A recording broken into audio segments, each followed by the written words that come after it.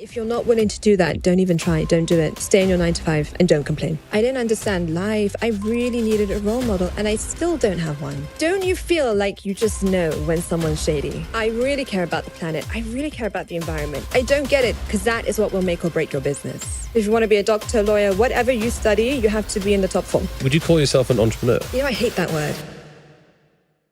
What's up, guys, and welcome back to First Things First. Very happy to welcome Saba Yussouf to the podcast. Thank you. How are you? I'm very good, thank you. How are you? I'm doing great. Good. Can't complain. Good. I'm curious to know, when people ask what it is that you do for a living, what do you say to them? Because you have this... That's a really good question. So it depends who's asking. Mm-hmm. If it's someone that I don't feel I'm going to have a great conversation with or an intellectual conversation with, I just say I work in science. And they normally don't ask anymore. They just say, oh, boring. But if it's someone that I feel I'm connecting with or it's in a work capacity, then I explain. I invest in STEM. I invest in biotechnology. I invest in science. I invest in cool tech. And I aim to list the companies. Mm-hmm. And by listing, you mean put them on... Direct listing on the stock exchange. Wow. Yeah. It's very impressive. Thank you. How did you get into that? Because you grew up in London. London, yeah. Yeah. Yeah. So as I was telling you earlier, my father's business is construction. And I'm Pakistani. I don't have any brothers. So he was so confused because usually the business gets passed down to your son, but he didn't have a son. So I was the son that he never had. So he really wanted me to do that. And I promise I really tried. And I just hated it. Mm-hmm. I just didn't understand. I didn't get it.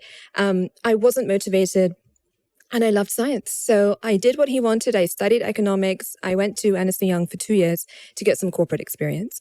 And then I left and I just started investing very small amounts into science. And I just grew it from there. And it's what I love. So thankfully I did well in it. So when you were studying and doing the economics and you were doing what you were supposed to do at school, I imagine you excelled, did the work that you needed to do. Yes. How did you find the time to go deep into learning more about sort of the science? You know, it started when I was around 10 years old. Mm-hmm. Back in the day when we went to the library and we didn't have the internet to learn stuff. So I would just be so engrossed in learning about science and learning about the history of science as well. That's also very important to me. Who discovered what, how, when, what, why. And it's my passion. Just like some people's passion is sports. My passion was science. No way. Yeah, that's it. I was just a nerd. Do you feel like going to university helped you in any way with the career that you have today? No. Because I would imagine if it's similar to what I did at university, I did economics and business management. Yeah, it was same. Heavy on the maths, heavy on the graphs and the equations. Yep. I love math. I love statistics. I love advanced econometrics. But no, it didn't help me in my real life at all. It didn't even teach me that much discipline, by the way, because my uni was quite relaxed. You just had to turn up, when you needed to. I think you needed about 60% attendance. Mm-hmm. And you obviously needed to turn up to your exam. And that's it. It's not like we were monitored. It was a very flexible system and they trusted you to do the work. I actually had more discipline growing up in high school. That was monitored. I'm black belt in karate, so that gave me a lot of discipline. Turning up 3 times a week. You're a black belt in karate? Yeah. No way. Don't test it. I'll run. I'll scream like a girl and run. Was that something you chose to do, or was that something else? Your parents? My parents, yeah. My parents were really strict on me, so they made me do a lot of extracurricular activities when I was young, and that is what taught me discipline. Yeah. Not university. That's interesting because I think a lot of parents, and particularly even I sometimes think if I was to have a daughter, would I want to spoil them and give them everything that they could possibly want? Or would I treat them almost like they're my son in a way and actually challenge them, get them to do those extracurricular activities and actually get them to work for some pocket money? So my parents are very strict, but they still kept in mind that I'm a girl. Mm-hmm. And I'm a woman. So I was almost bribed and it worked. You said, would you spoil your daughter? I'm sure naturally you would want to. Mm-hmm. So I was bribed. So I didn't make my grades for A-level. I had to get 3 A's to go to LSE and I got 2 A's and a B. So I ended up going to CAS, which was equally as great. But my car got taken away. No way. Yeah. And I was just so That's so harsh. I didn't care about the uni. I cared about the car. Yeah, he was harsh, but it worked. Mm-hmm. Because then he said, if you want this car, when you graduate, you have to get a first. And that was my motivation to get a first, nothing else. No way. So, okay, you got the first. Yeah. Then you went to work at Ernst Young. Yeah. That was also part of my dad's deal. Okay, so he said, did he recommend you should go work for this company? He said, the deal is in our family that all the kids have to go to one of the top 4 institutions in their field. Mm-hmm. So if you want to be a doctor, lawyer, whatever you study, you have to be in the top 4. Otherwise, you're not allowed into the family business after. No way. My dad is savage. Yeah. So what did you learn during your time there? How long did you spend? I learned a lot, actually. I was there for 2 years. Mm-hmm. I learned about sexual discrimination. Oh, yeah. And I learned about how to deal with clients. I learned about the corporate sector, how to deal with them, how to interact with them. It was nice to be on the other side in the service industry, as opposed to being the client, which is what I had encountered before. So it taught me a lot. It taught me a lot of people skills as well. And actually, the sexual discrimination taught me the most amount of people skills, because I had to face those people every day at work, even despite the comments and how they were making me feel. Yeah. It definitely toughened me up. And was there a lot more men in the workspace compared to women? I think so, yeah. Or was it just because I would you say stood 70-30. Yeah. No, it was, they were like this with all the women. I'm just remembering it. It feels like so long ago. No. Bringing back all the traumatic memories. Sorry about that. Thank you. I just got rid of my PTSD. No, they were like this with all the women. Yeah, and it was really hard. And I remember it got so bad that I ended up going to work with my hair in a bun, no makeup, didn't even brush my hair, wearing baggy clothes, because I just wanted to be invisible. Mm-hmm. I just wanted to focus on my work, and I wanted to be known only for my work. I didn't even want to be seen because it felt so bad. Yeah. It was hard. Was there anyone that you could speak to No. No. No. Obviously I told my mom, but she didn't understand. She's a lawyer, so she understands the corporate world, but she didn't have this when she was growing up, and she got married very young, so it was different for her. I did tell my dad, and he told me to get over it. Because he's a savage. That's exactly what a savage would say. I know, but he said, this is going to happen for the rest of your life. You're a woman. Find a way to get over it. And he was right, actually. Instead of letting it get to me, I just... So how do you deal with guys' bullshit in the workspace? If they're making smart ass comments or flirty comments, how do you deal with that? Yeah. So in my 20s, they did it a lot. And I just ignore. I just formed kind of selective hearing, and I just stayed focused to my work. In my 30s now, it doesn't happen because people in my industry know who I am. Mm-hmm. So they know me, they don't mess around, they don't try, and it's a lot better now. Yeah. And is that still where you're working now? Is it predominantly in the UK? I would say 50% in the UK, 50% international. It depends on the tech that I'm investing in. So there are amazing scientists in the UK, India, Japan, America, South America. It does depend, but yes, because I'm from London, I have an affinity with UK companies, right? I get approached more by UK companies as well. So you do a lot of investing. How did that start off? Because I would imagine in order to invest in the first place, you need to have a bit of money to play with. Yeah. So how did you start your journey of actually stacking up a bit of cash? Yeah. So I took a loan from my dad of £50,000, and he said, you're going to lose it all. And I said, no, I won't. So I lost 40. I lost 40,000 because I got conned by a scientist. And then the last 10, I invested into a company that grew to be a really, really lovely tech that really helped change the world. It was a disruptive solar technology. Solar? Yeah. So you know the solar panels? Yeah. They work on, 20% efficiency. So when you use my coating on the solar panel, it's an invisible coating. It goes up by 20% the efficiency. So more sunlight absorbed, more money for everyone. How did you come up with that? I didn't. It was a scientist. So I invested in the scientist. Oh. Yeah, it was almost a napkin idea, to be honest. I risked it, but I love risk. Mm-hmm. I love risk at work. Where do you think you got that from? My dad. He likes to take risks as well? Yeah. Okay. He loves it. So the first one you invested in where you lost 40K. Yeah, I got totally scammed. Tell me about that, because I think there's a lot of people, including myself. Yeah.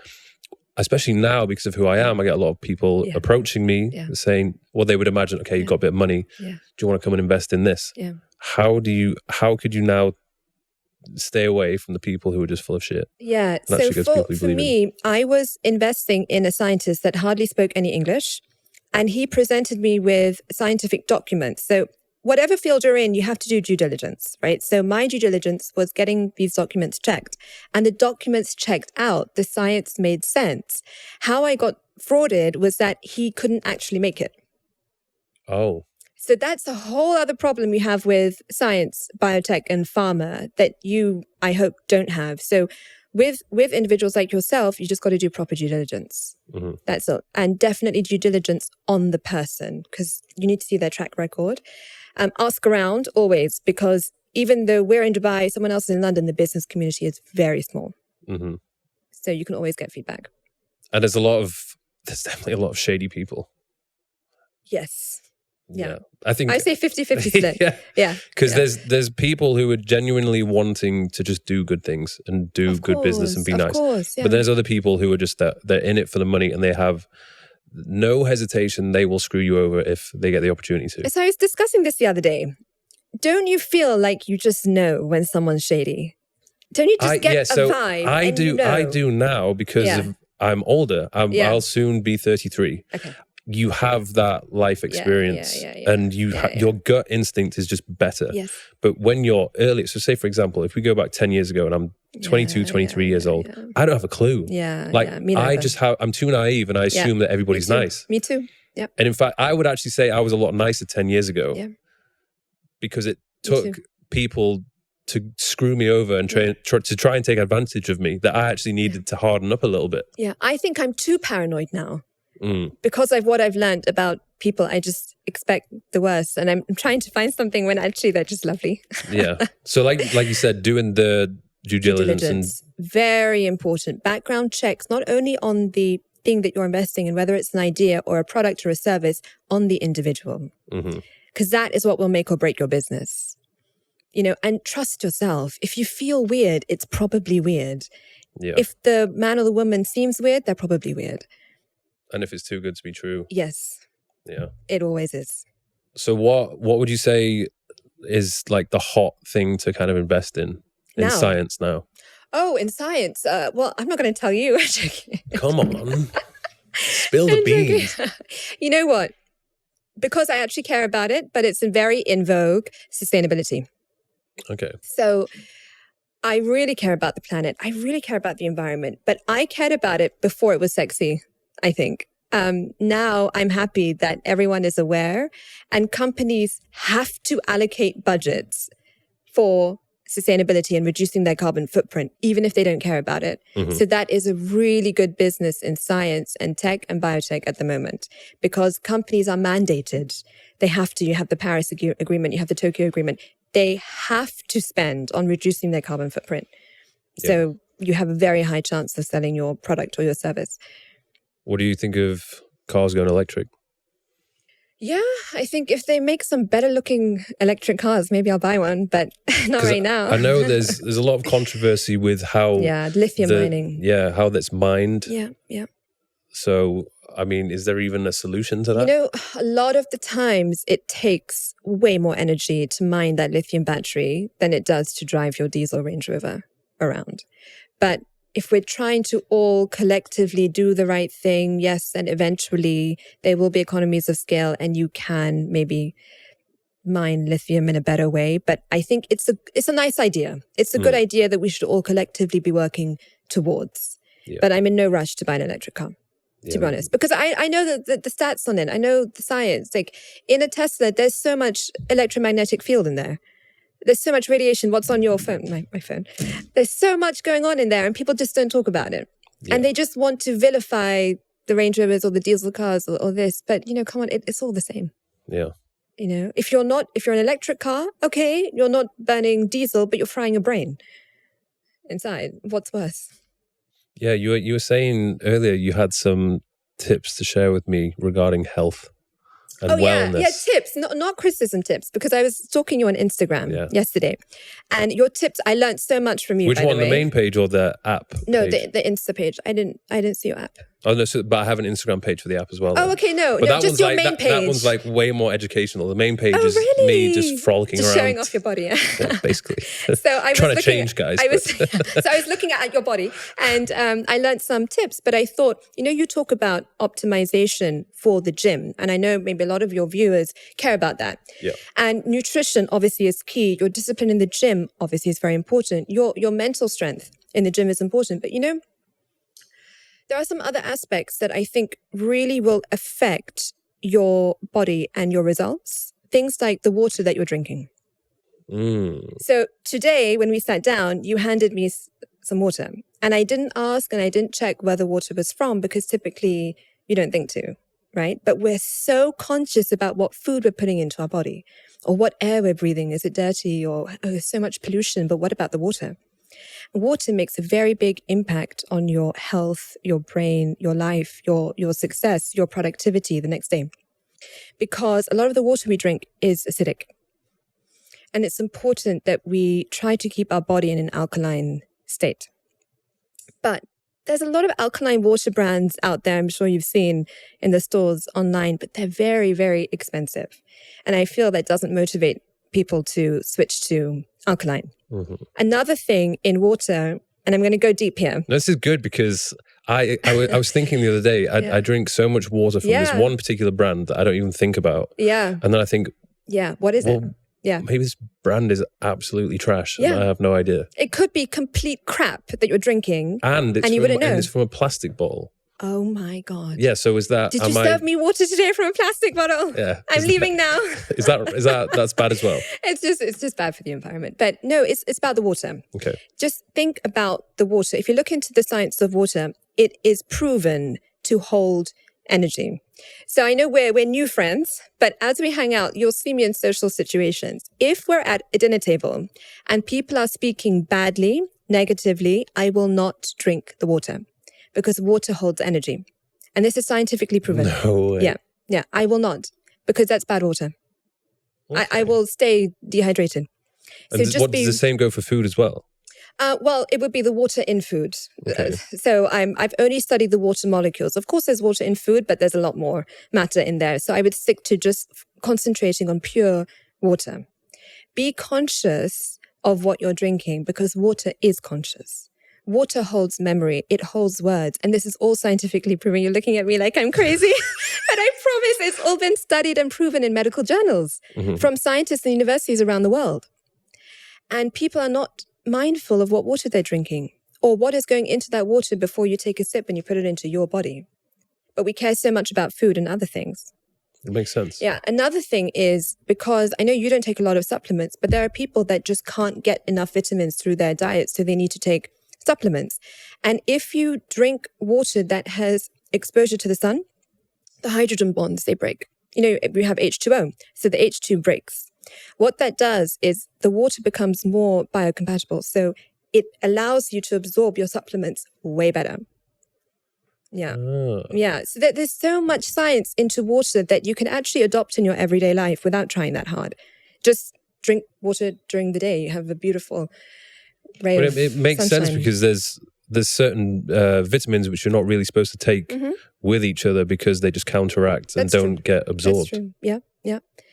Everything makes sense. When you study it, it doesn't have to be so tricky and complicated. But if there's this one thing, we are 70% water, probably even more, actually. Just take care of what you're putting into your body and you will see the difference. I'm so careful about what water I drink, and I've never felt better. So tell me your water drinking routine. What brand? You want all my secrets? You can't. You have to tell people what is the brand to go for. It's my own water. Ah. Yeah. So it's using nanobubbles that we invented maybe 5 years ago. I watched that TED Talk. Did you? Thank you. Thank you. I was impressed. Did you like it?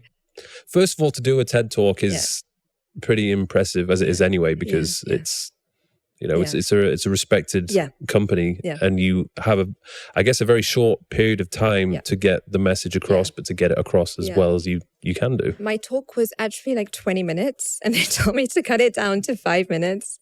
I had so much more to say. So you're right. I had to really get the salient points in quickly. So that was something I invested in about 5 years ago. And I drink the nanobubble water every day. And it's a huge machine. I mean, it's a B2B thing. So it's not something I can just hand out to my friends and sell on Amazon. But we are launching a product that allows your water to be a lot more alkaline. We're launching it soon in September. And am I right in thinking you were saying that the bubbles don't go away? Yeah, they don't evaporate.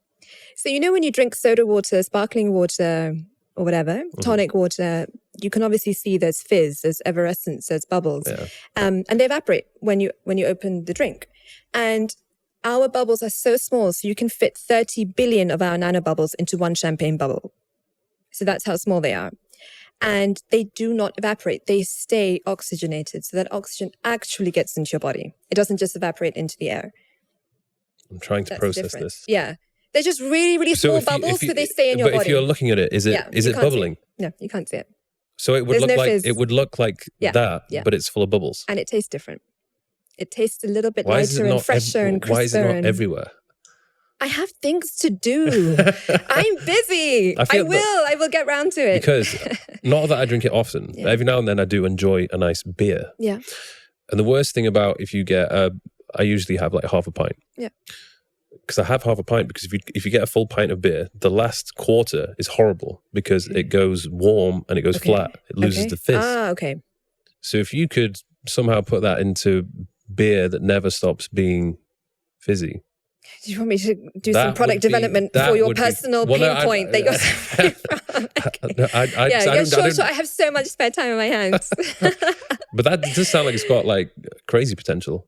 Yeah. What's the limit? What's the drawbacks? Like, I mean, what are the restrictions that's preventing it from blowing up? We're just in testing phase, to be honest. So it's out in the market for agrotech. So animals are drinking it at the moment in farms. And it's doing really well because the animals are way healthier. They're off antibiotics. They have increased muscle mass. They don't get sick. I mean, it's working wonders. But before we launch something, we have to test it. So we're just doing tests with humans now. And then we ask for feedback. You're the candidate number one. I drink it all, but eat it. That's biased. So I will obviously give it 10 out of 10 if you get a massive boil on your arm, then you know it's probably not working. So we're doing trials with humans. So we are seeing their oxygen count before and after, oxyhemoglobin before and then after. So when that's done, we will release it. But I will give you some in the meantime. I'd appreciate. For the first time ever, I'm now really considering like what water I should be drinking. We are over 70% water. Yeah. Why are we not considering it? I don't get it. This has just baffled me my whole life. I've always cared about water because it's what I probably consume the most, more than food. Especially you work out. We have to be mindful of what water we're drinking and just be mindful of what words and actions and thoughts and energy is going into that water. You'd be so surprised. I'm going to send you the... What's your thoughts on tap water? Big no-no. Depends on the country. Which country has the best tap water? I would say the UK is not bad. Even in London? Yeah, the UK is not bad because I think it's filtered 7 times or something by Thames Water. To be fair, every time I go back home, I love just drinking out the tap. You see, it's hard water, right? London has hard water, and hard water is minerals. It means it has a lot of minerals. And if you go to Europe, you'll notice the water is a lot softer. And if you wash your hair in the water, your hair is softer because it has less minerals. So it's mostly just chlorine and crap. But London's not bad, tap water-wise. Actually, I'm curious to know, a lot of women seem to make this complaint when they live in Dubai. They say, or they claim that when they wash their hair in the shower, it causes their hair either to fall out or to thin. To thin, it does. Why is that? It's just the makeup of the water. Because they literally have, if anyone's wondering where Dubai gets its water from, they have desalinization plants literally like across. You know, there's absolutely nothing wrong with Dubai water. Yes, it's desalinated, and it's just not much in there. That's all. Like I said, London has hard water. There are a lot of minerals. It's just so clean, the water. It's been desalinated, reverse osmosis. There's just not much in it. So it's not going to be very conducive for washing your hair. That's all. Well, it's not that there's anything bad in minerals. there. Yeah, it's not that there's anything bad in there. It's almost just too pure, too empty. That's all. It's too clean. That's all. But there's nothing bad in there. So when people in Dubai are putting these shower head attachments full of the definitely what looks like stones, definitely that's adding minerals to the water. Yeah. Interesting. It's better. Definitely get those ones. There's a mix of minerals literally in that attachment. You can put it in. I mean, you have great hair, but it's good as a preventative Not many people say that. measure. It's good as a preventative measure. And actually, I use stem cells on my hair. I use stem cell shampoo, a stem cell serum, because it has growth factor in there. I'm just planning ahead. Yeah. I want to live till 150. So we are launching stem cell based hair care soon as well. How are you able to do so much? You know what it is? I have great partners. It's not all me. I don't own all of any company, and I don't want to. I love having partners because more minds, and I rather have 10% in 100 companies as opposed to just one huge big company. Yeah. It's too risky as well. And I love the innovation you get with different people's brains. I think it's so beautiful. So I'm never greedy with equity, with shares. I want to give equity to other people that are much better at me in their skill set. And I think the company only gets better. So it's not like I'm doing everything. Yeah. You know, I'm just coordinating and contributing my part to it, but then you get to be a part of so much more if you are not stingy with your equity. What would you say your skill set is? Are you the one that comes up with the ideas, or do you have the scientific backing to make sure it works? Like, what is it that you're the best at? So I have great scientists around the world that I work with. I also co-invent with them because I love science. But what my ultimate skill set is, I would say, is looking at data, inferring that data. So I'll analyze the data, and then I will make an observation based on that data. That is my true skill set, and I literally apply that to everything I do in life. So you're good with numbers? Everything, yeah. But I'll do it to even emotional decisions or non-work related things or what I'm going to eat. I do this. It's just how my brain works. Okay. So it's how I like to look at life. So it suits me well. So I can look at something and understand if it's going to work and how it's going to work, what I need to do, what I need to bring in, what kind of science we need to back this up. Do we need to absorb another company to make this technology stronger? This is what my skill set is. Okay. It's very impressive. Thank you. Like, I'm trying to figure out how you know all of this. Like, I'm just obsessed with science. Yeah. Like, I can talk endlessly about science. It's my passion. So obviously you remember stuff that you're passionate about. So you do you like observe things, and do ideas come to you? Yeah. And then you think, if this idea is good enough, then actually I'm going to try and implement this and make something. You know, science is so creative. It's actually not that nerdy. And when people talk about art and their passion for music and film, my passion and my creativity is my science. It's how I express myself.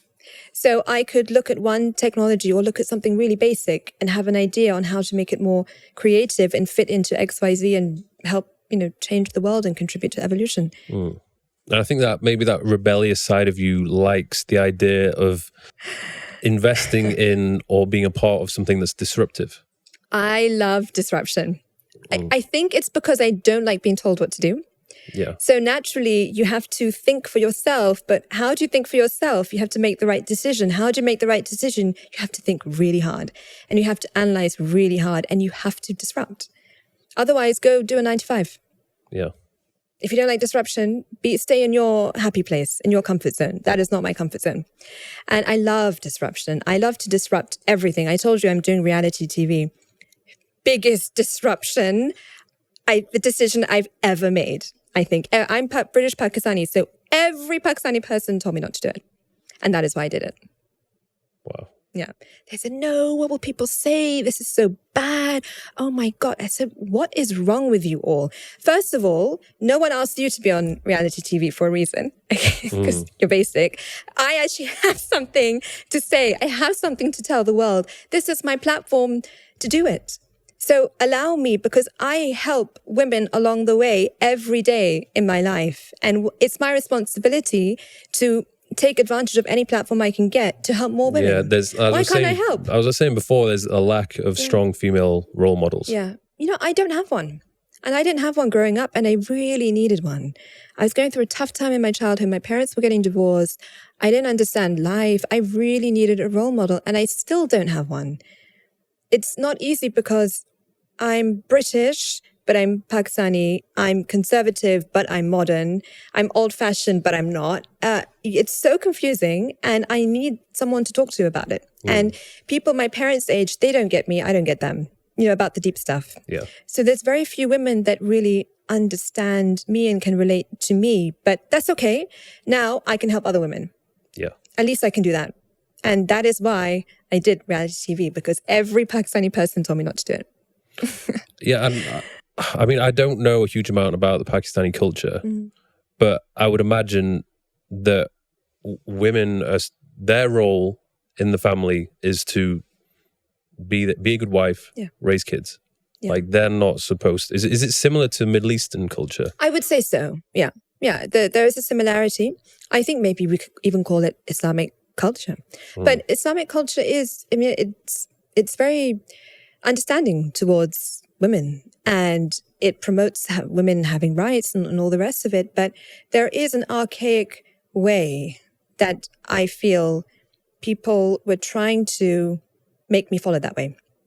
And they were trying to put me in that box my whole life. Yeah. And I don't think I fit into any box, or maybe I just need to make my own box. And because it didn't suit me. Like I said, I'm modern. I'm super family orientated. I put family first, but I want to have a career. I want to have some sort of independence. I just want to be myself.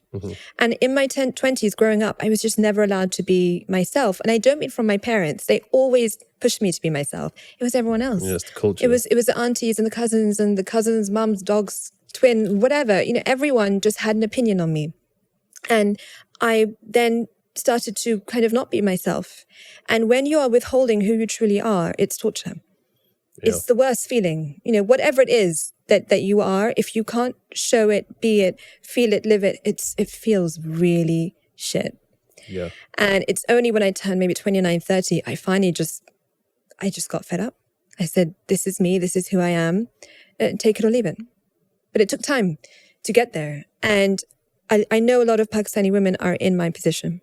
Yeah, I was going to say. Because it's tricky. It's not like we want to be wild and crazy. We're super grounded people, and we put family first and all of that. And we love that. But we also just kind of want to be who we truly are, which might be different to how our parents grew up.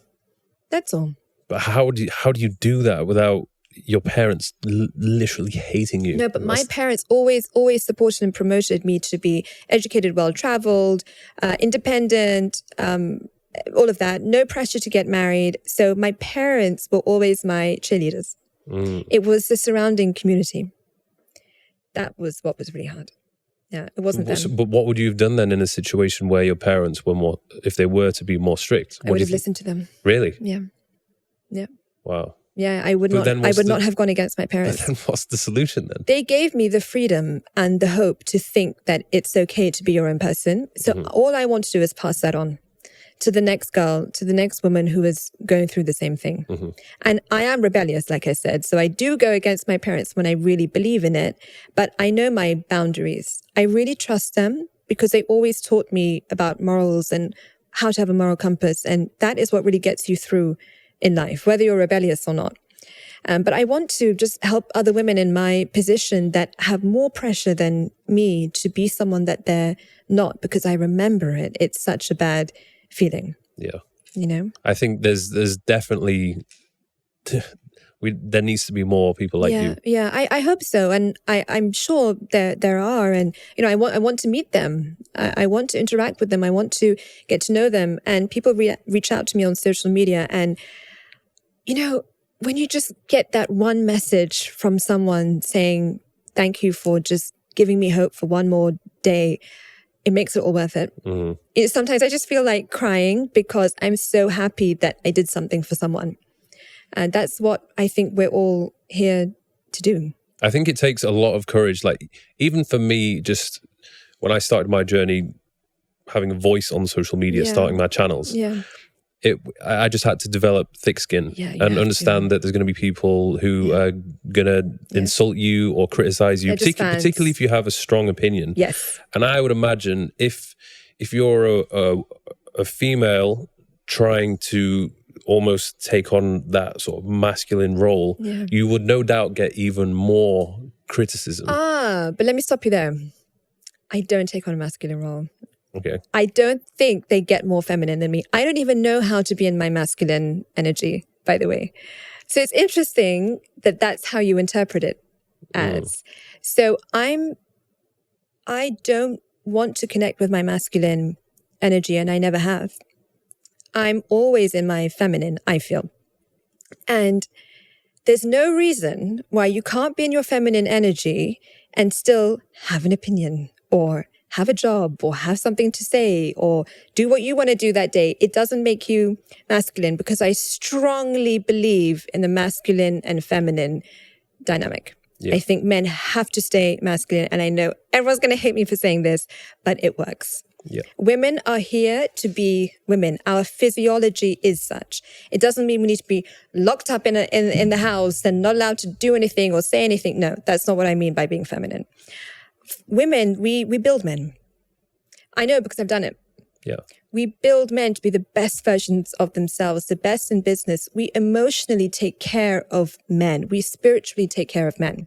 And men, when they're in the protector provider space, they also thrive. They love taking care of women, and women love taking care of men. And I'm all for that. Like I said, I am old-fashioned. I am conservative about my views. It's just that I don't want that constriction that my society imposes on me. Yeah. That's all. But I'm all about the feminine. I don't understand women that want to be masculine. I've never got it. And it's happening more and more. It's happening more and more. I don't get it. Yeah. I mean, I've tried to date women who are quite masculine, and it ends up we clash. It doesn't really work out. No, because you're quite masculine. Yeah. So you would want someone in their feminine, and why shouldn't you deserve that? Yeah. I mean, why, if you're being the man, why can't you be with a woman? Why does this woman have to be this independent? I don't need you. I'm not dependent on anyone. Don't open my car door. I mean, I don't understand. How is this enjoyable? I don't get it. This just sounds like a lot of work. I've noticed it's very dependent upon the upbringing and what society you're in. As one of the reasons why I like Dubai is because there's such a mixture of cultures and people from different countries. I've learned quite a lot. Okay. When I was in the UK, obviously you're just exposed to British women. Yeah. But, just British. Yeah, and there's pros and cons to that. I won't get into it. But when I did a bit of traveling, being based here, you meet a lot of women from different backgrounds, and it's interesting. I've learned a lot. So what have you learned about women? Like, what's the pinnacle lesson? I think there's just, don't try and force something to work. Yeah. If, it's just taking up so much of your energy, it's stressing you out. Because I do believe that even if you could have some crazy chemistry with someone, but they're just not the right person for you. Like what they want out of a relationship is not what I would want out of a relationship. Because there's some women who are naturally quite needy, very emotional. They want the emotions back. They want to be with their boyfriend all day, every day. They want to do everything together. Love language. The book. Oh, I don't know, but love languages, right? People feel love in different... There's a book called The Five Love Languages. I can see it on your picture. Someone recommended it to me, and I was like, well, I'll give it a read. Was it an ex-girlfriend? Yes. What is your love language? I'm 10 pages in. Yeah, it's like words of affirmation, acts of service. My love language is gifts and attention. Okay. I love attention. I need my space, obviously, but I love attention. And I love gifts because I think it's because I'm Pakistani. I think Pakistani women just love gifts. Okay. It just makes you feel so special and so beautiful. If you were with a guy who was ticking all the boxes, but he never gave you any gifts, would you feel unloved? No, but I would just discuss it with him. It's like, come on. I know. I wouldn't say it like that. Where's my new phone case? Made in China. My new phone case / handbag, yeah. No, I would just discuss it with him. Okay. I wouldn't reprimand him for it. I would just discuss it, that this is something that makes me happy. I've never been in that situation, to be honest, because I date really manly men. So they love to spoil women in that way. And I love to spoil men in the feminine way. Like, I really take care of them. I really invest in them. I do things for them. I, make their life easy so that they can be better and stronger. And I support them and they support me back. Okay. I'm curious to know, because you are quite clearly very successful. You're doing very well financially. When it comes to dating men, I would imagine that you would only date men who are on your level or above. Yeah. Am I right? Yeah. Yeah. But I would imagine there's not many of them, though, or there's far less of them. There are loads of them. What do you mean? There is a lot. They're everywhere. No, but I'll tell you why. And I relate everything back to science. Scientifically speaking, this is what works. Okay. It doesn't work the other way around. Because women need someone better than them, smarter than them, fitter than them, bigger than them, more inspiring than them, more successful than them. Otherwise, where's the attraction? That's true. I'm asking. Maybe some women don't mind, but I mind. I need to be inspired by the guy. Otherwise, I'll eat them for breakfast. I'll finish them off in 24 hours. I just, I also need someone to handle me. And only an alpha or a double alpha can do that. Yeah. So it's really just about science and that's physiology why and man and woman. And I preach to every guy, you just need to level up every day. Just focus on yourself, getting better, earning more, building your business, focusing on your health, your fitness, your wellness, your appearance. Yeah, because then you'll get a better quality woman. Yeah. And it's okay if you don't. Some men are fine with that. But if you want a better partner, then you have to invest in that. And the same goes for women, by the way. And I don't think you should ever, a woman should never ask a man to provide more than he can provide. Mm-hmm. That's wrong. A woman should always live within the man's means. And if the man has the means, great. If he doesn't, don't ask for it. Yeah. And if you want more, work together to build it up. Would you say that men, particularly men in their late teens and early 20s, have a really hard time? Because dating, because they're at a point where, in terms of their intelligence, life experience, how much money they have, they're at the bottom, probably at the lowest point they'll ever be at. Okay, and women at that age are almost at their, I wouldn't say peak, 'cause that doesn't sound good, but they're, they're young and they're looking for guys who are almost 10 years older than them. But then that's why women tend to date men older, because they're aligned. And men, that 21-year-old man will probably date someone who's 17, 18. Or a 25-year-old would date someone 21. And you can look at it two ways. You can either see, oh, this is so hard. I haven't made enough money yet. I'm not manly enough. Or you can see it as inspiration to go to work and get your life together. And you can do it with that woman if she is willing to work on it with you. And that's actually a beautiful thing about getting into a serious relationship with when you're young. You can build with that person. Yeah. I never did that. So now you just expect the most and you expect the best of the best and the top. I'm 34. This is what I expect. But if I had fallen in love when I was younger, I would have built my life with that man and supported him and got him there. Yeah.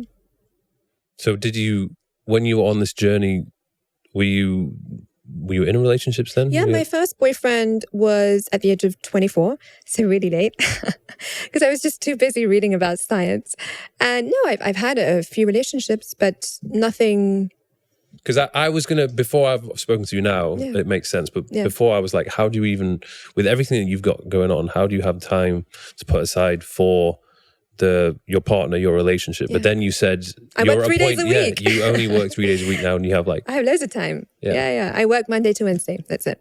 I'm super strict about it. And if need be, I'll work a 20-hour day on that Monday, Tuesday, Wednesday. But Thursday morning, my weekend starts. It works for me. My productivity is up. My team is happier. I'm happier. And this is what works for me. Mm-hmm. It might not work for other people, but I'm much better off. The companies are better off Monday to Wednesday. But I guess this is a situation which you have earned. Yeah. Oh, it took time. Like at the early days, you can't, like to grow a business, which is almost in its infancy, you can't be like, oh yeah, we're going to have 4 days off. No. Listen, back in the day, I was working 20-hour days, 7 days a week. I would forget to eat. I would forget to shower. I was so focused on my goal.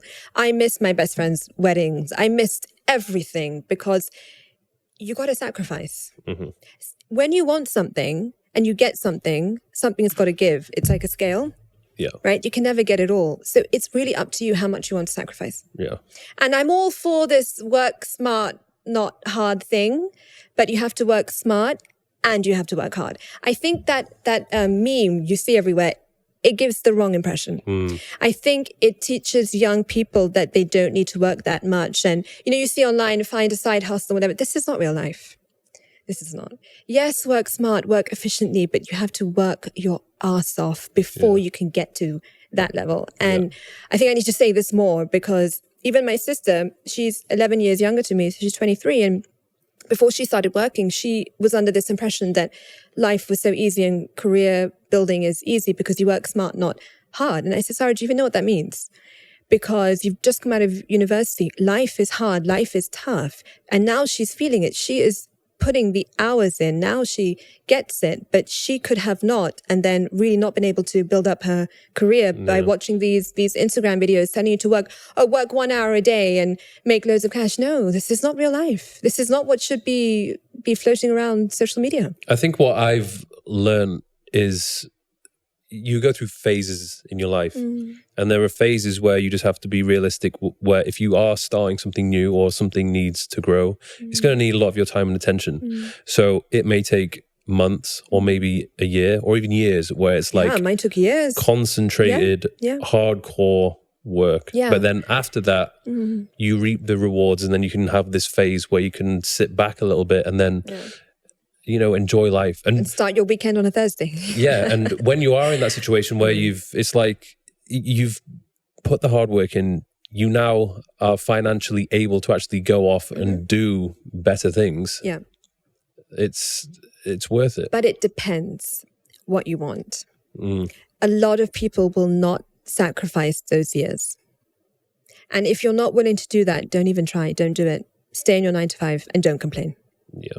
Right? People love to complain, and it really pisses me off.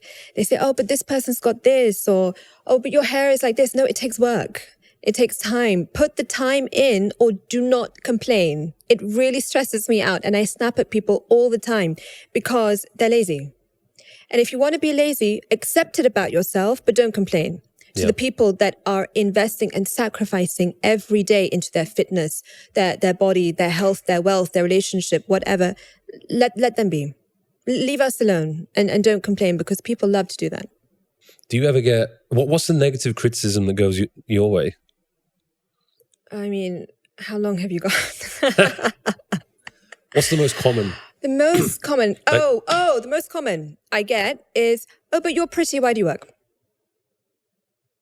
Yeah, that's the most common. Yeah.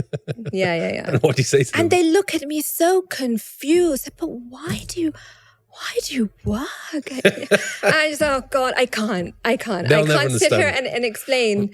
I'm just better off banging my head against a brick wall. I mean, it's so funny. Actually, now I just laugh. I just laugh it off. Would you call yourself an entrepreneur? I hate that word.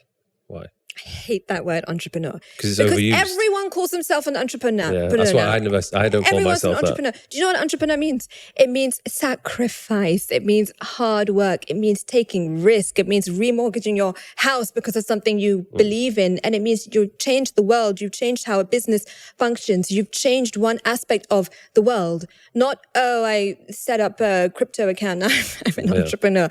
Everyone calls himself an entrepreneur. Yeah. I can't stand that word. And no, you're not an entrepreneur. By the way, you just opened a crypto wallet. Yeah. That's it. Do you think the lifestyle which you have created for yourself, maybe there's quite a lot of women that would aspire to have it, but how would they know if it's something they're really cut out for? Yeah. Well, trying always works. See how far you can push yourself. And also I had the opportunity to have a great lifestyle and work for my family. And I couldn't do it because I knew I wouldn't do well in it. I didn't like construction. So if there's something that you really love, just do that. And I guarantee you will make shitloads of money. But it has to be something that you really love. Yeah. I've spoken to you, I had random scientific facts in my brain for the past hour. And this is nothing, right? Because I love it. Yeah. So I will absorb it and I will live it. So if there's something that you're really good at and you really love, do it non-stop and you'll make shitloads of money. It was like me with the gym. Exactly. Like, I didn't even know you could. I went to the gym because I just liked going to the gym. Yeah. The first 3 years, I did not take one picture, no video. Like I was not doing it for social media. I was doing it for myself because I enjoyed it. We need to see a before and after. Well, I had this like one other picture of me at 10 years old, but there was no, there was nothing. I was like, how did I not? Because I think there was digital cameras and stuff, but it never even crossed my mind that of course taking a picture in a gym was like something you do. Yeah. It was weird. Yeah. Now it's like now it's weird if you don't. Yeah. But you're right. Like the doors that opened for me and the opportunities that I've had and the career I've able to build for myself was just purely from pursuing my passion. Yeah. Because if you had to do what I would do, you would fail. If I had to go to the gym, I'd fail. Yeah. So I think you have to realistically look at yourself and assess your strengths and your weaknesses because almost everybody is good at something. Yeah. So of course they are. Figure out what it is and go. Of course they are. You know how you can tell? When you have spare time, what do you do? Yeah.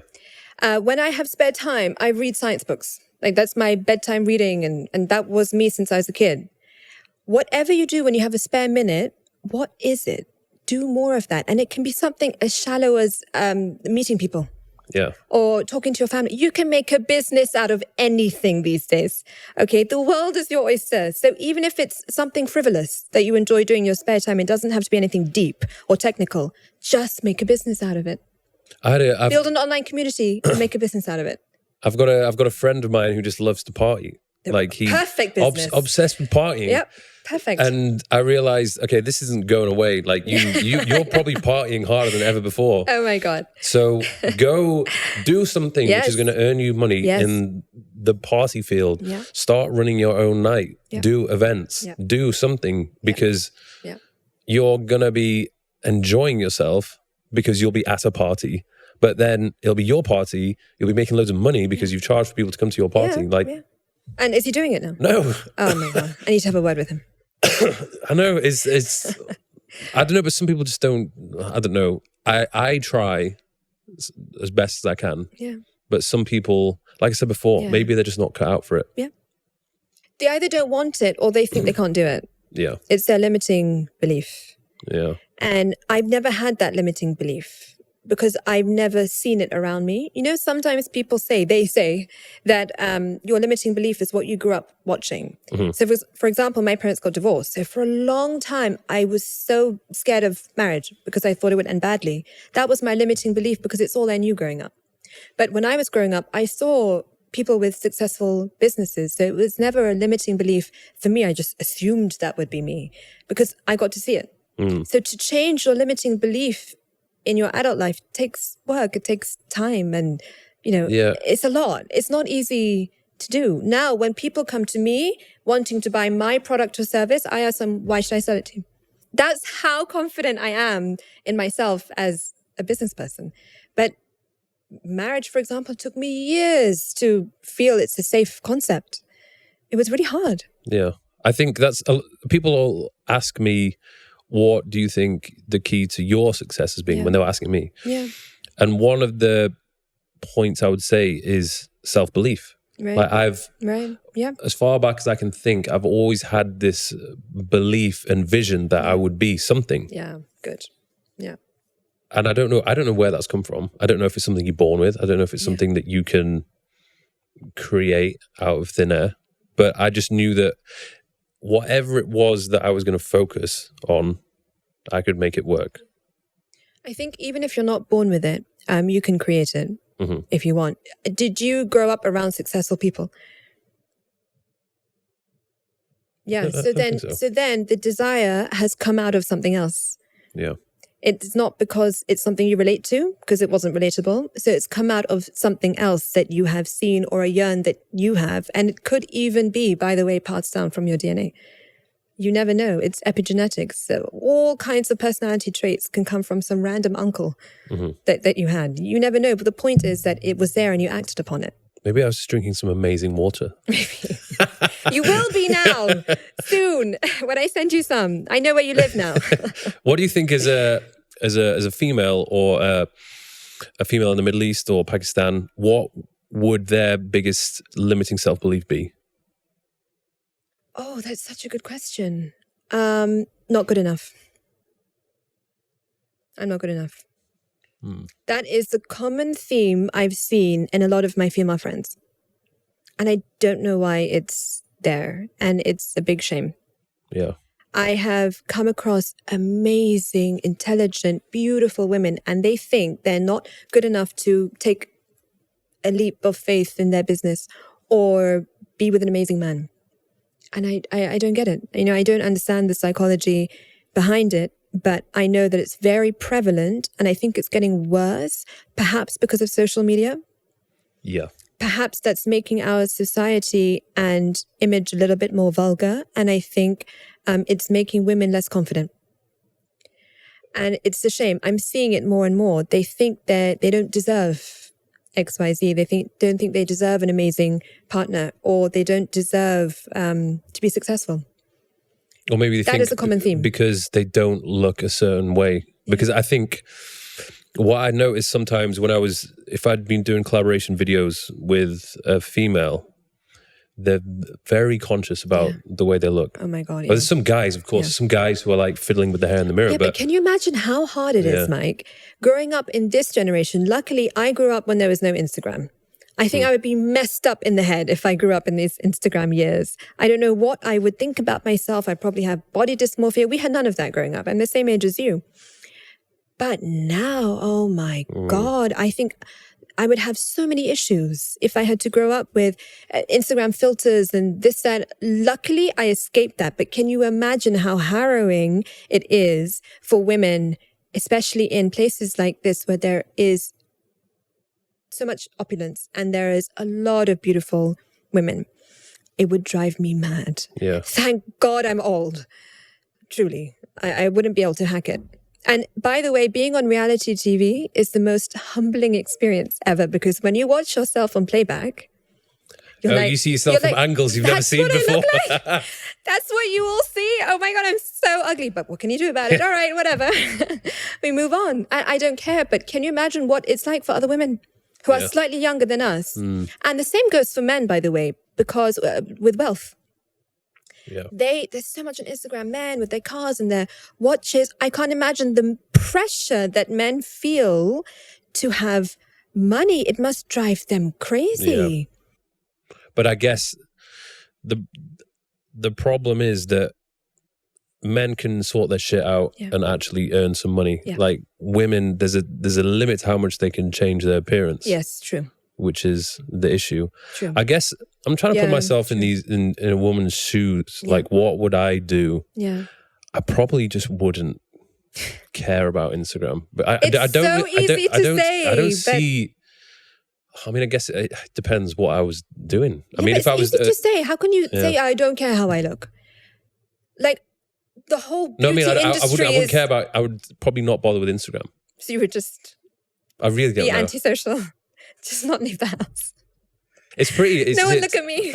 It's rare. There's some people, like when women say, "Oh, I don't have Instagram," I'm like, "Wow, like that's cool. That's really cool." Yeah, I wish I was that cool. Yeah, yeah. But I mean, this is the problem, as we were saying before. It can be so beneficial to build your personal brand. True. I'm trying to think. When it comes to women, okay, a lot of men don't want that woman.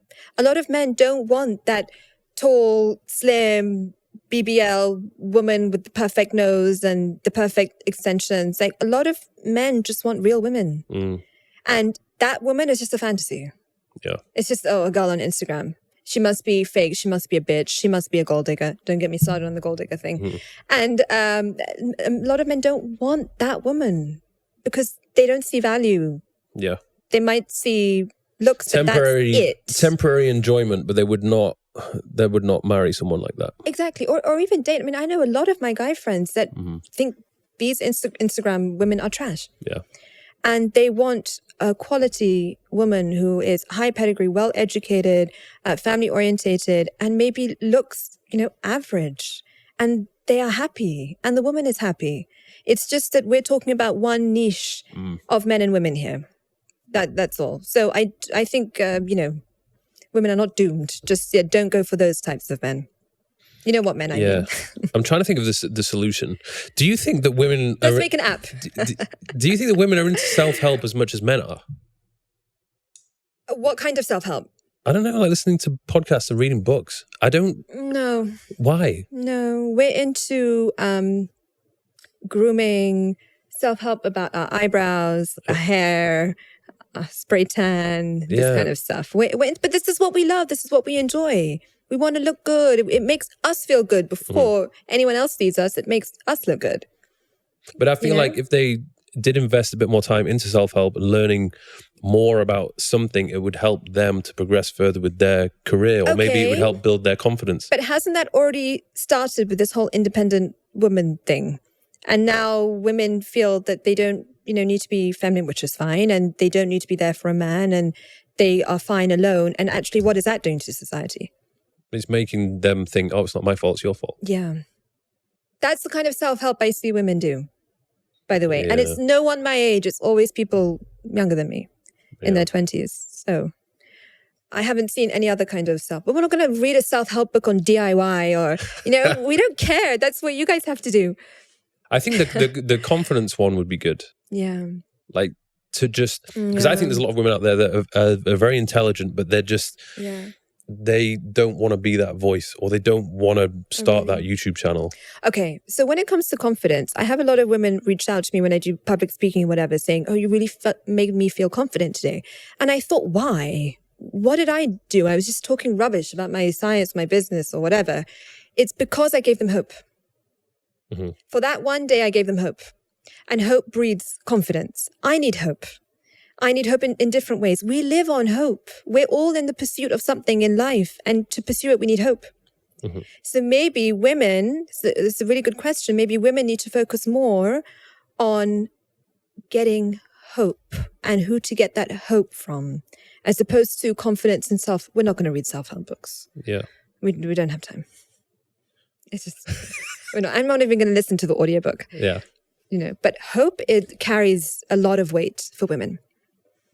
I guess they should probably, like men as well, be careful of who they're choosing to follow. Oh, yeah. People say, oh, social media is so bad. Social media makes you crazy. And I don't understand. When I see like a hot woman's body on social media, I think, oh shit, I need to go to the gym. Oh, one day if she can do it, I can do it. Or I follow gardening tips and cooking tips and science stuff. And I learned so much on social media. I love social media. Yeah. But I do not follow those people that are going to make me feel shit about myself. Yeah. I'm not going to torture myself. Mm-hmm. But I understand the allure to do it. And it's a slippery slope. Yeah. Just unfollow. Well, even with the conversation I had with Sadia, after that, I think I unfollowed about 30 women because it was... Did you? Well done. Yeah, these were women that there was a lot of nakedness. Okay, yeah. Yeah, so I was... Yeah. I didn't even realize that I'd be scrolling. Yeah. And if it's basically like softcore porn, and if you're filling your brain with that of course. all the time, it's not healthy. What's your type? It's a good question. Yeah. I think if I look back the past few years, there's not a specific type. Okay. It's more so somebody who is like has a good heart, pure, kind, intelligent, has a sense of humor. Yeah. So the perfect woman, basically, is your type. Yeah. 99% of the time they're brunette. Yeah. So by the way, I hear a lot of men say this, that they prefer brunettes to blonde. And growing up, I thought it was the opposite, but maybe public figures and whatever and Kardashians has changed. It's not something like I don't go, oh, brunette, so yes. Yeah, it just yeah. happens. And I'm like, oh, there's a trend here. Okay. I love setting people up, by the way. Yeah. So I'm going to have a think. Okay. I've never been successful at setting anyone up, But I love to do it. So give me a chance. Has it worked ever? No one's like got married from a setup, but they've, hung out. Yeah, that's good. I'm not intending to get married anytime soon. Okay, so I'll find someone for you to hang out with. Would you get married? Of course. Yeah. I will get married. But have you like planned out when you? No. If it happens, it happens. I've made a change because my type used to be like toxic, narcissistic. Why does this happen all the time? No, but I've changed. I promise. But at what point did you go, okay, enough is enough? I think around 30, 31. What is the allure of that? I don't know. I need someone to psychoanalyze me. I have no idea. Toxic, maybe the narcissistic danger. Man. The danger. Maybe I should become a toxic, narcissistic man. Maybe that will. Maybe I already am. maybe. I don't think I am. Oh, yeah. So no, I've changed now. So I was wondering. This is a random question that might help the male listeners. Yeah. Biggest turn-offs in men for you? Oh, okay. Laziness. Mm-hmm. Because it's not what... It's so off-putting because we're looking for protection. Mm-hmm. And if someone's lazy, like you get the ick. Yeah. It's so unattractive for me. What else? Hygiene. Hygiene is so important for me. I don't know about other women, but you can tell immediately if a man is just clean or not. And why do I care about it besides the obvious reasons? I think it's about how a man respects himself.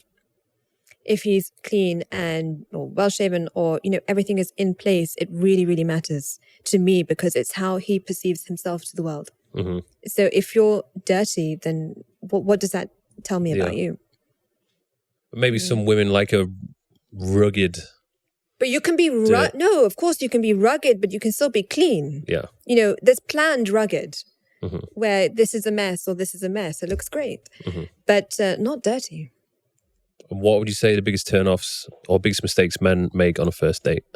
On a first date? On biggest mistakes men make on a first date, I would say being too keen. Well, like just constantly... Being too much, like too overbearing, too enthusiastic, too into me. I love the chase. Okay. That's my problem. That's good. I know. I need to be psychoanalyzed. So yeah, just being too much. It's not attractive. It's not cool. It's not exciting. Mm-hmm. When men are just so into you. It's not attractive for me. Do you find that with how you present yourself and what you do, men find you intimidating? Have you ever noticed that?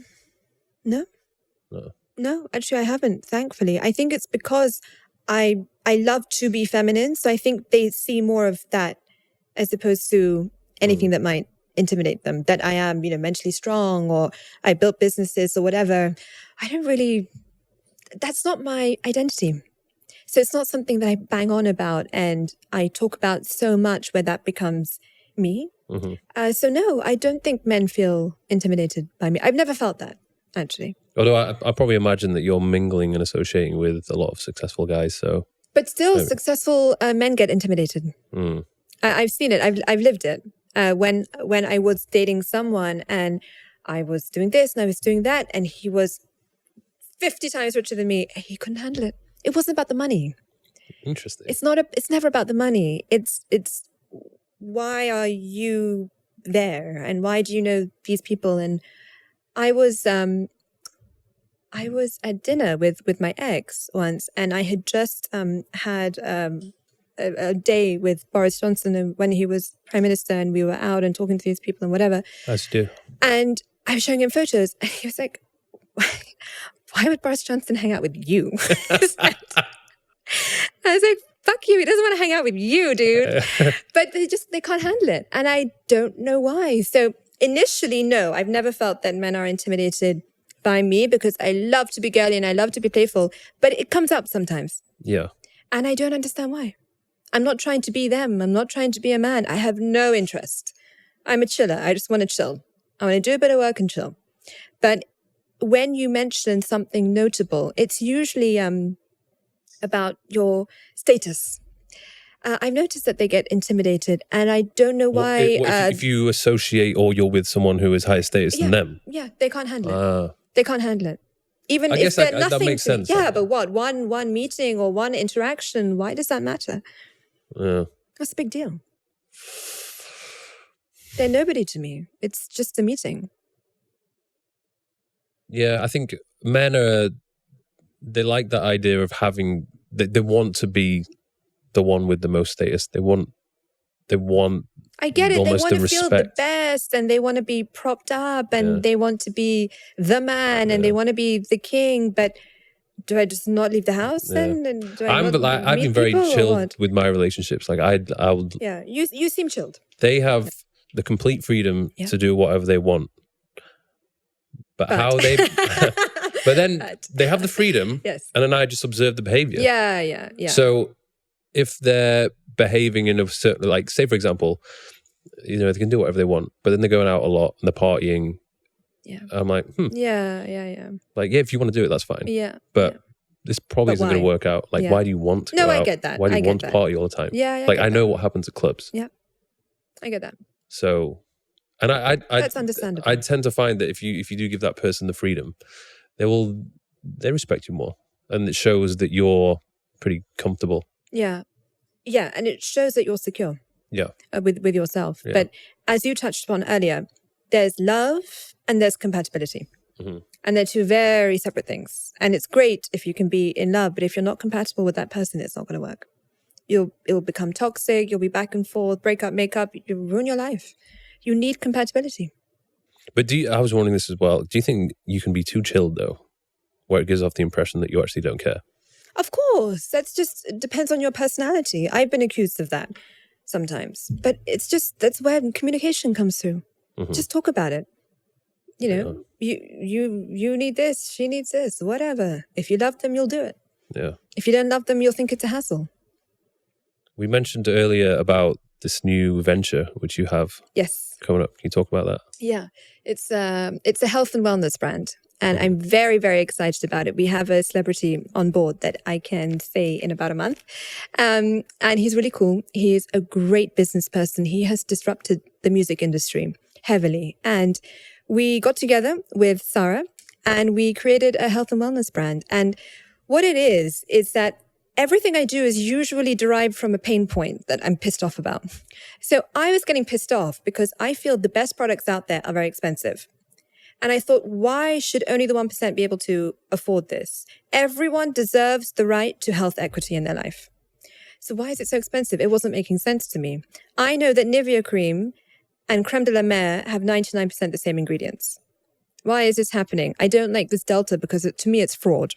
And I don't accept that. So we have created a product range backed by deep science, very disruptive, that is cost effective. I can't wait to launch it. So we will have my water in there. Yeah. Was it like it's a full package? It's a product range. So you can just pick and choose what you want. And it's called Fix, F-I-C-K-S.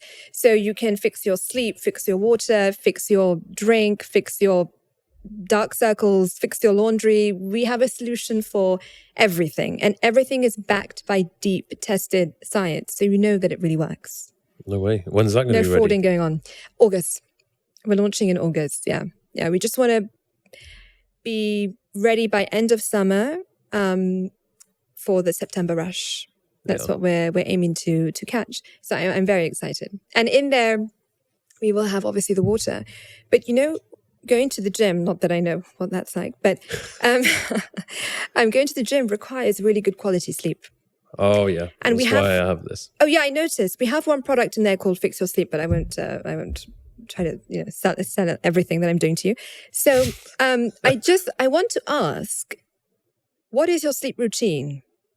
And how do you think the sleep affects your performance at the gym? There's a reason that I'm asking. Sleep is everything. It's everything, right? Yeah.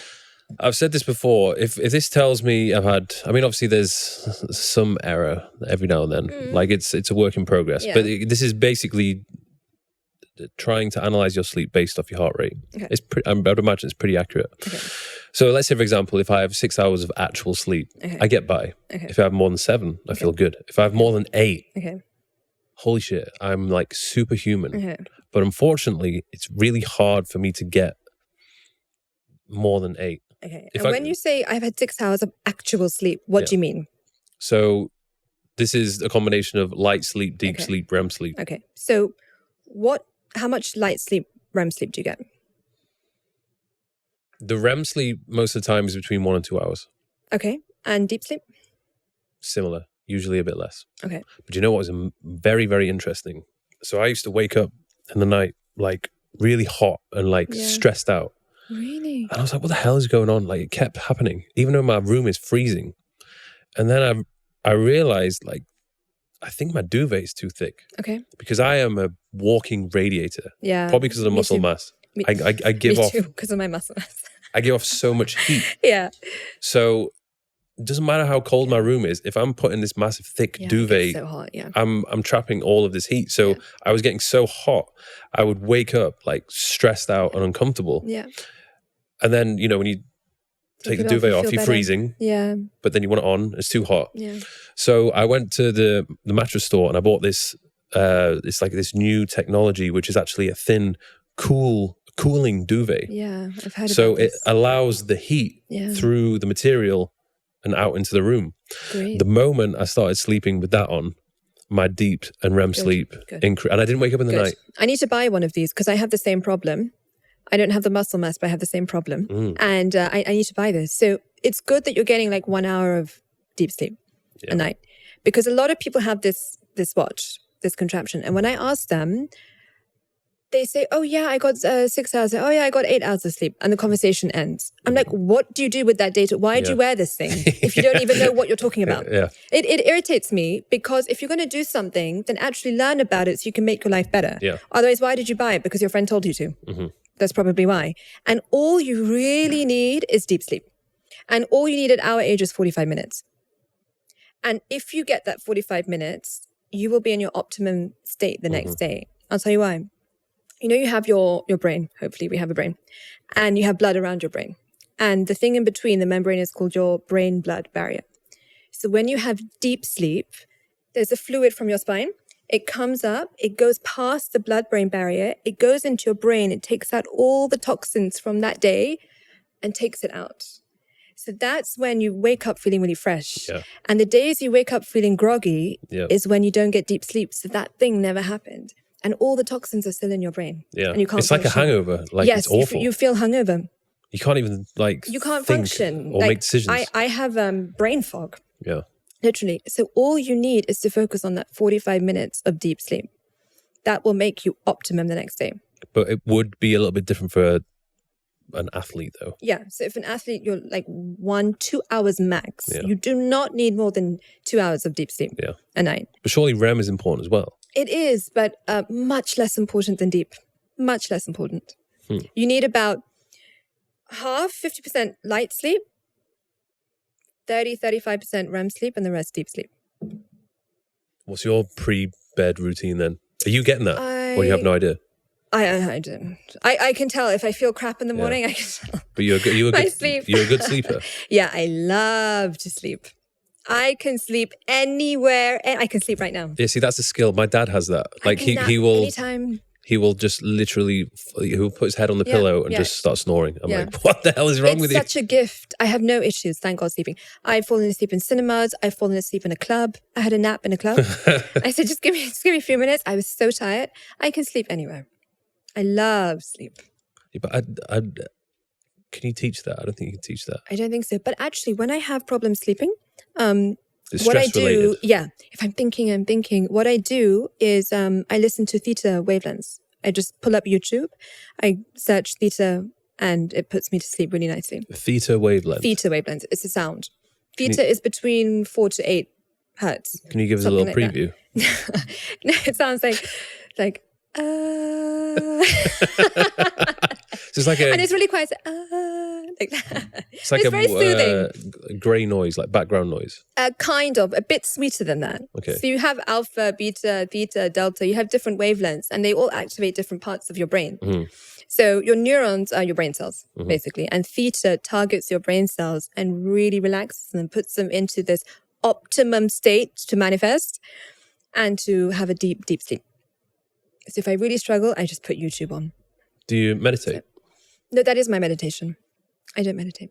I tried for years to meditate because everyone was saying meditation changes your life. Meditation is the best. So I felt this pressure, like I was the only one not meditating. Yeah. It was almost looked down upon if you don't meditate. So I said, okay. And I tried and I tried. I just can't do it. I can't do it. I can't shut off my brain. I can't think about whatever the hell you're meant to think about.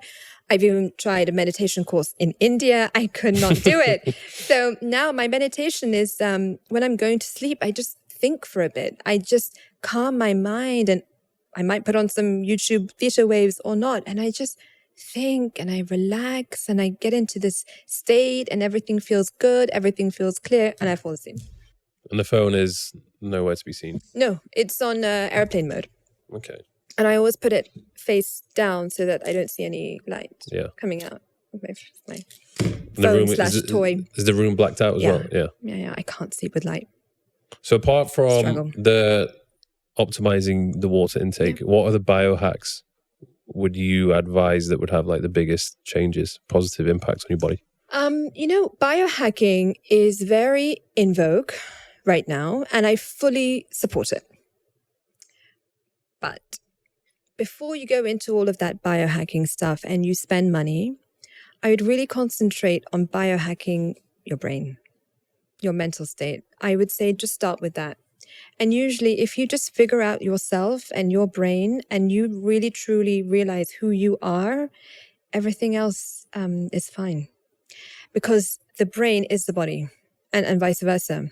And if there's something wrong here, it's usually because there's something going on here. Mm-hmm. So I would say before embarking on biohacking, just try to make sure mentally you're good.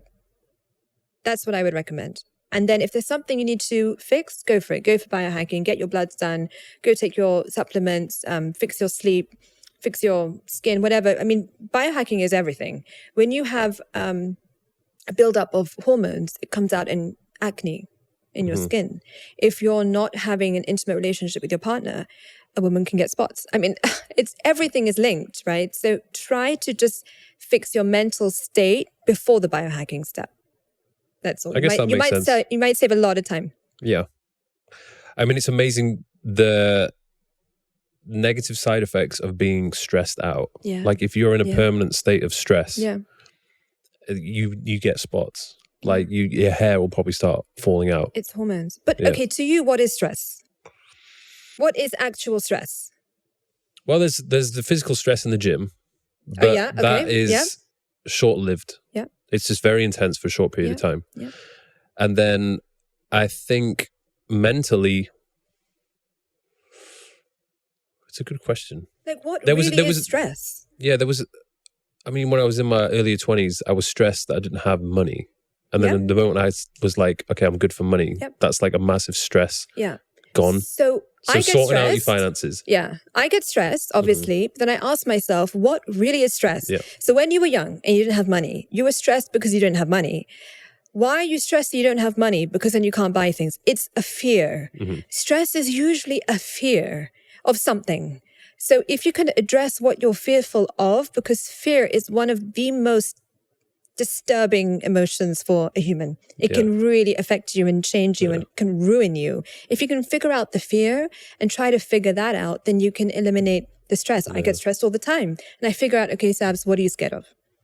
What are you scared of happening? What is it that you can't do? Why are you scared? And then I get there. Mm-hmm. But stress obviously impacts the brain and the body probably the most, more than your diet and what water you're drinking. Stress is a killer. Stress causes more cancer than smoking.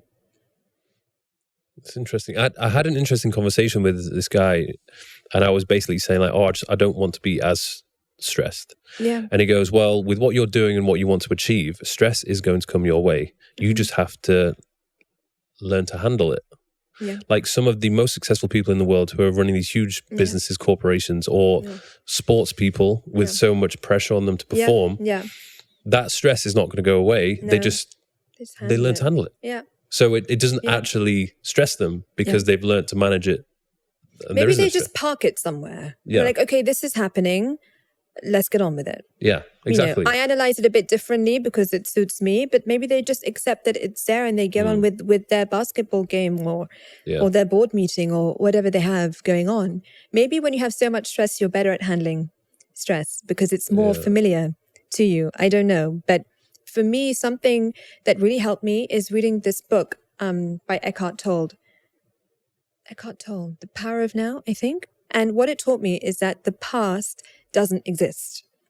I read this book years ago and it helped me de-stress so much because when the past doesn't exist, you just don't care about it, just almost as if it never happened. Because whatever you do will just be in the past. It's done. Yeah. So why stress over it? But I think I took it too far. So now I forget the good and the bad in my past. It just never existed to me. And it helps me detach from my past experiences so much that I don't get traumatized or triggered and PTSD, and I just let it go. It feels so nice, Mike. It just never happened almost. And I noticed over the years, even on my phone, normal people, they check their photo gallery of memory. I just don't. I don't check my memories. Yeah. I never want to know or remember what happened in the past, but even the good.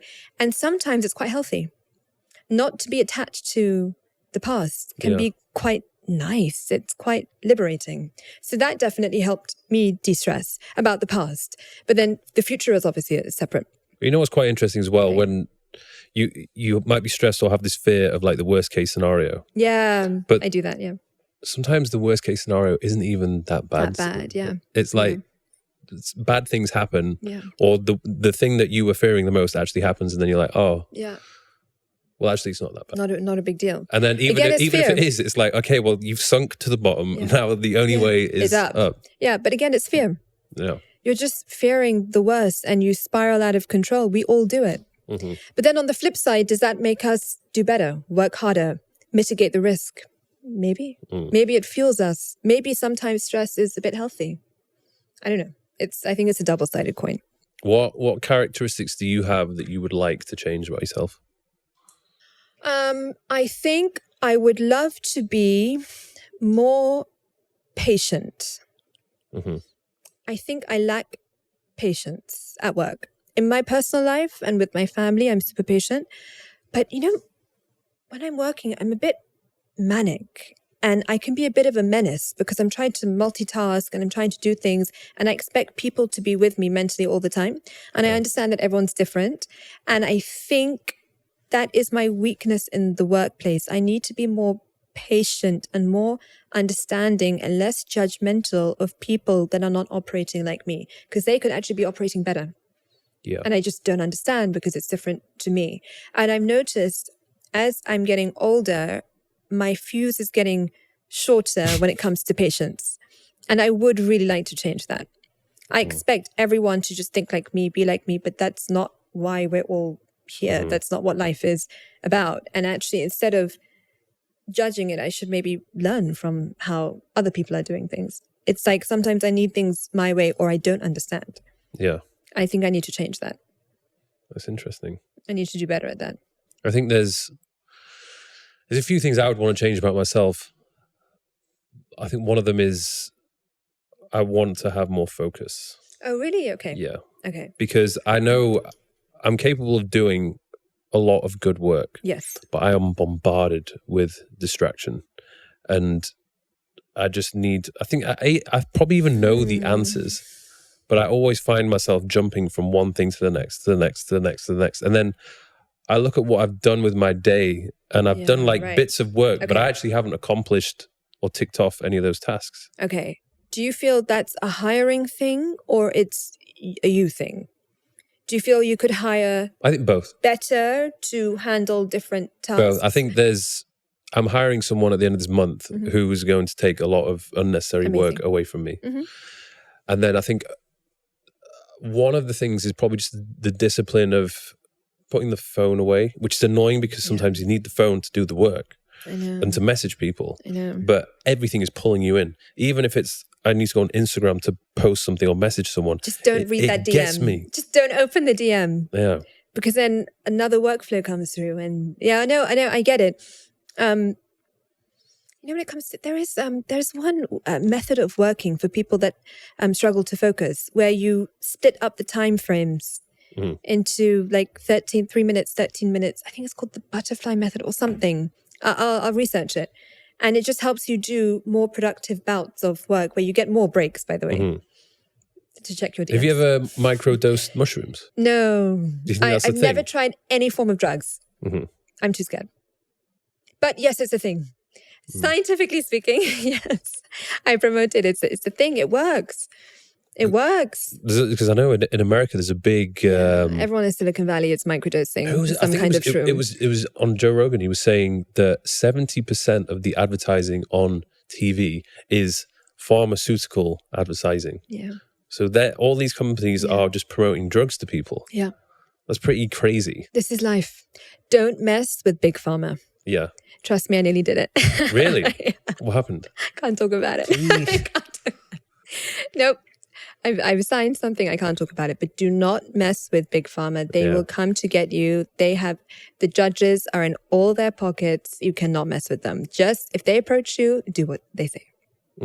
Sell them what they want. What if one of your companies really takes off and becomes a threat to Big Pharma? What would you do? Of course.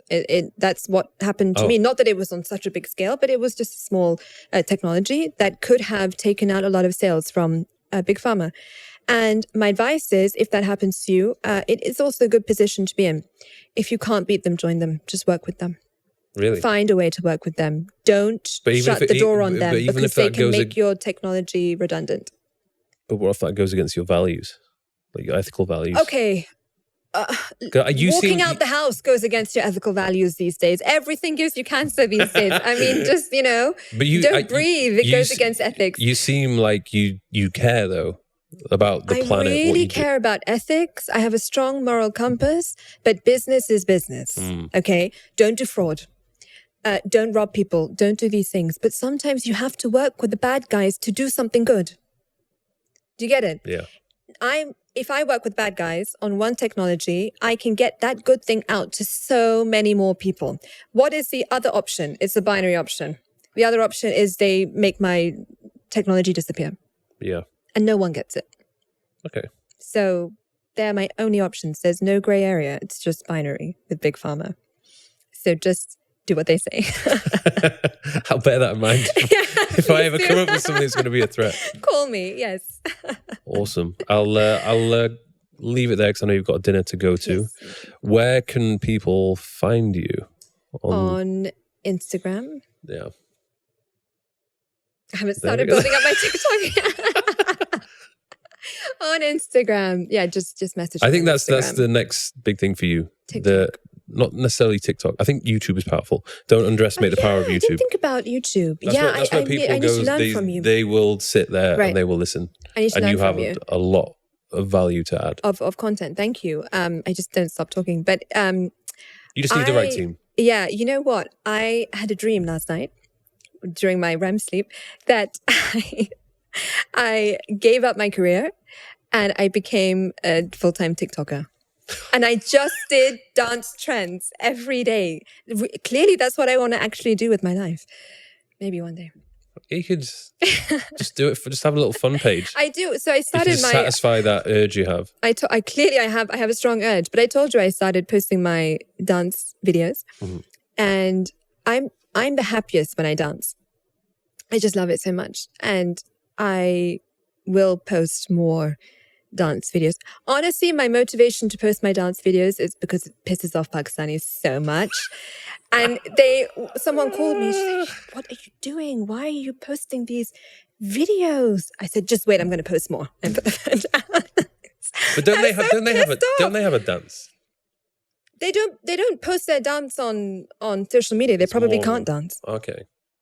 Interesting. Yeah. So definitely post every day. Every day. I'm going to become a TikToker. Thank you very much. I really enjoyed that. It was such a pleasure. Thank you. Awesome. Thank you, guys. Thank you very much for listening.